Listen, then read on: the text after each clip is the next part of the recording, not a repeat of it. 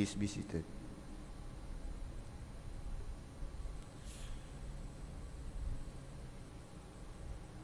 A blessed day to all of you, dear brothers and sisters who are here, and also those fellow worshipers following this Mass by a live stream.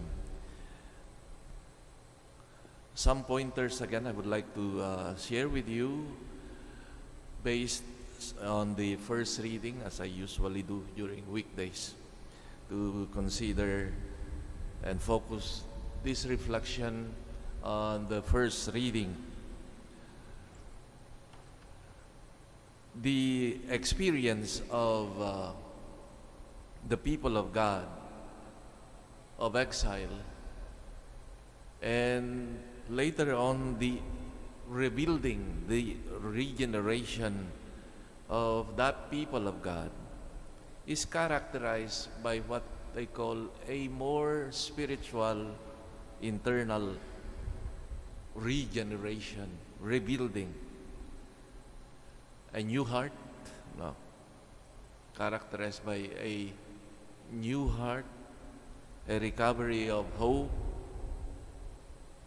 and the willingness to build a new Israel. But this is just only an aspect of this renewal at the time of Exodus. To God, it is not enough to engage with humanity for a new world. He wants to be with humans. Literally, to be in the midst, to dwell, to be on the side of His people, communicate with His people in an intimate way.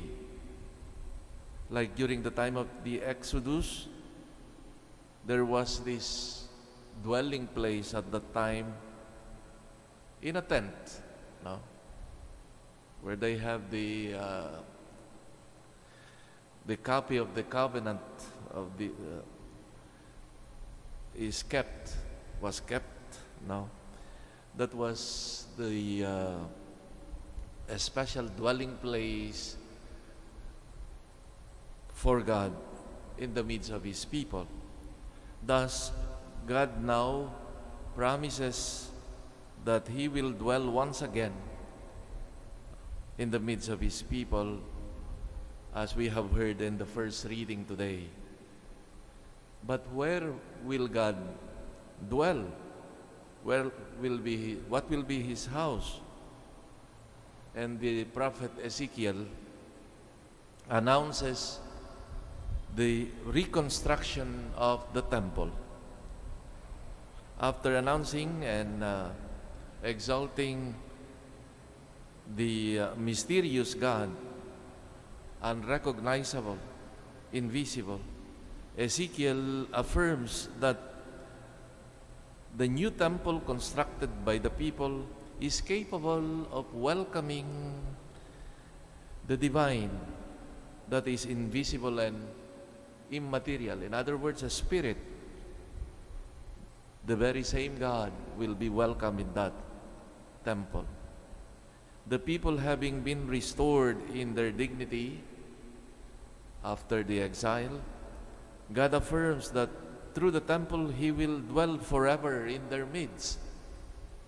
The dwelling of God in the midst of His people after so many betrayals is indeed something shocking affirmation of God through His prophet. God does not only liberate His people from exile. The promise is that He will be with them.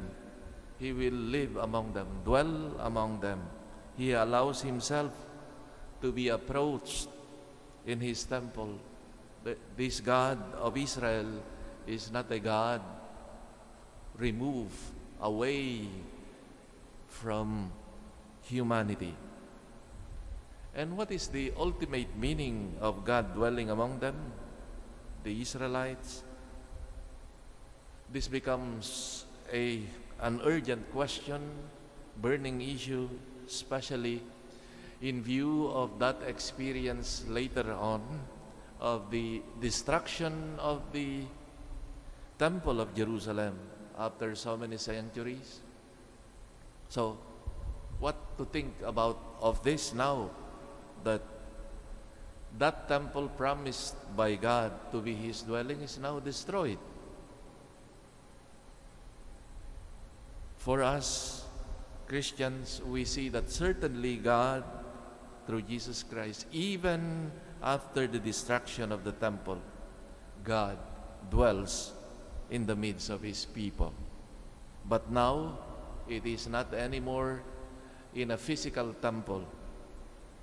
The new temple of encounter, the new temple of worship is Jesus Himself. Remember what He promised in the Gospel of John? Destroy this temple, and in 3 days I will rebuild it. He was talking about His death and resurrection. And indeed, the resurrected Lord has become the new temple, the temple that served as a meeting place, as place of worship for the people of God.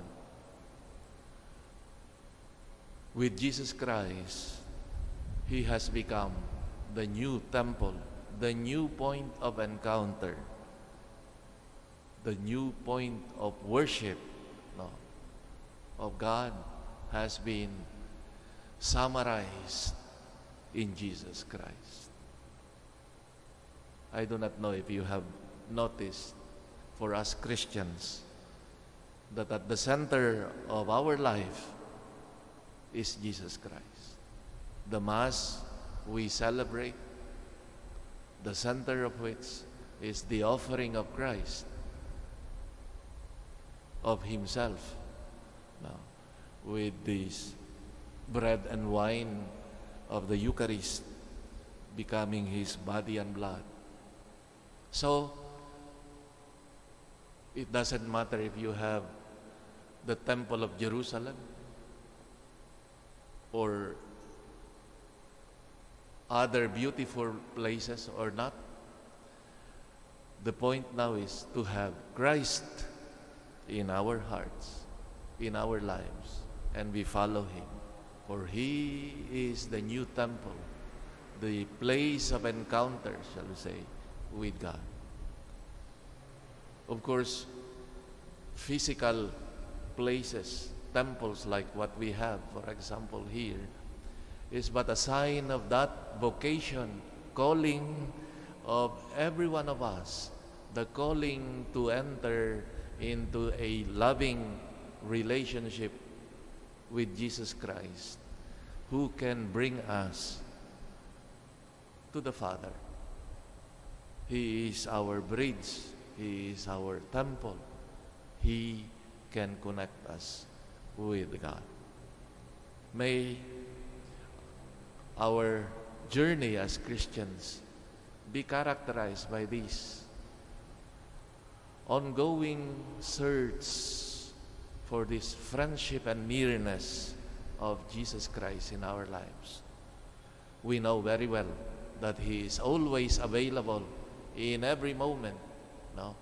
Every time a Christian, a believer, opens his or her heart to Christ, to His Spirit, Jesus is there. God is there. Even in the intimacy of our rooms, in the marketplace, in the office, on our ways, in every moment, every time we open our heart to Christ, to His will, doing His will, doing what is truthful, what is good, what is honorable, there we find Jesus Christ. So it is not just a meeting that is physical, something that is physical that we need to come. Well, I'm not saying that you do not go to the church, but certainly we meet Christ every moment, every time we open our heart, our lives to Him.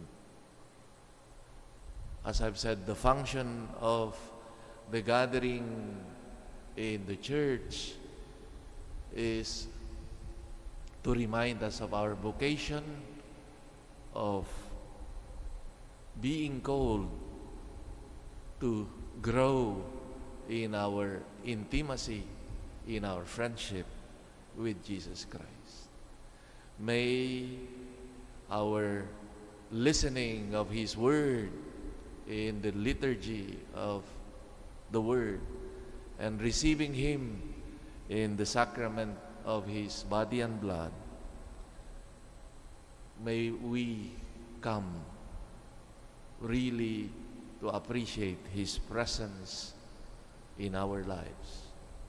And where Christ is, there we find the grace of happiness, of meaning, and ultimately the grace of salvation.